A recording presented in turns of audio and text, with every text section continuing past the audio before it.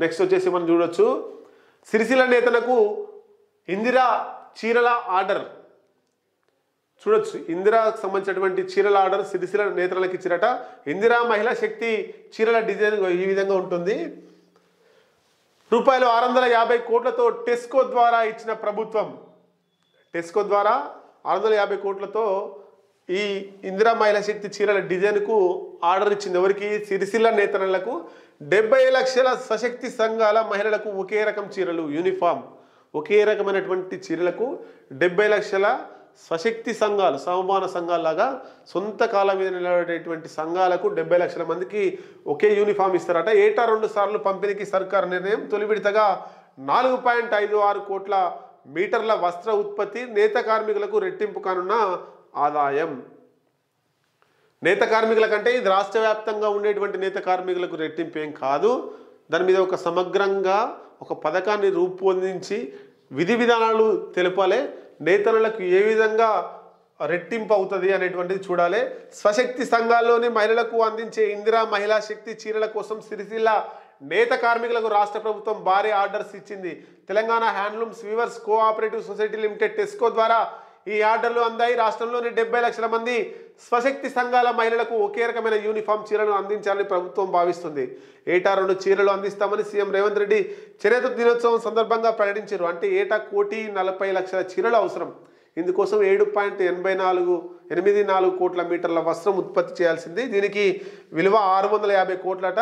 ఇందులో తొలి విడతగా 4,56,00,000 వస్త్రాలు ఆర్డర్లను టెస్కో అధికారులు రాజన్న సిరిసిల్ల నేతలకు అందించినట. గతంలో బతుకమ్మ చీరలకు 350 కోట్ల విలువైన ఆర్డర్లు బీఆర్ఎస్ ప్రభుత్వం ఇచ్చింది. సిరిసిల్లలో 129 మ్యాక్స్లకు ఈ ఆర్డర్లు దక్కనున్నాయట.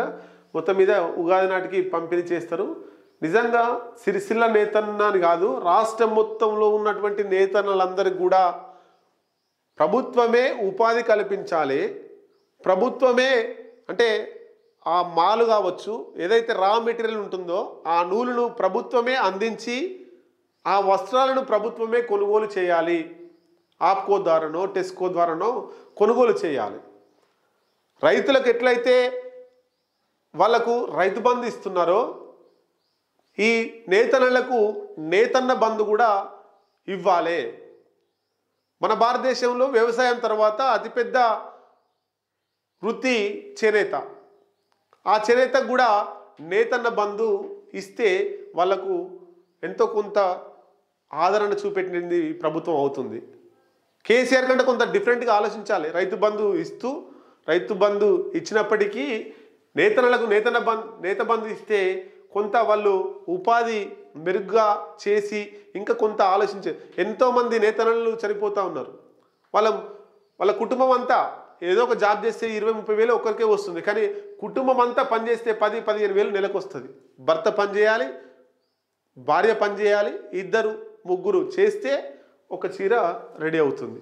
కాబట్టి నూళ్ళు గవర్నమెంటే సరఫరా చేసి ఆ నేసిన చీరలను ఏదైతే మద్దతు ధర ఉందో రైతులకు గిట్టుబాటు ధర ఎట్లయితే వ్యవసాయానికి కల్పిస్తున్నారో ఈ చీరలకు కూడా గిట్టుబాటు ధర కల్పించి ప్రభుత్వమే కొనాలి. అప్పుడు నేతన్నల బతుకులు బాగా మంచిగా ఉండేటువంటి అవకాశం ఉంటుంది. లేకపోతే ఇంకా ఎన్ని ఆత్మహత్యలు చూడాల్సి వస్తుందో గవర్నమెంట్ ఆలోచించాలి. రేవంత్ రెడ్డి దీని మీద ఆలోచించి ఒక నిర్ణయం తీసుకోవాలి.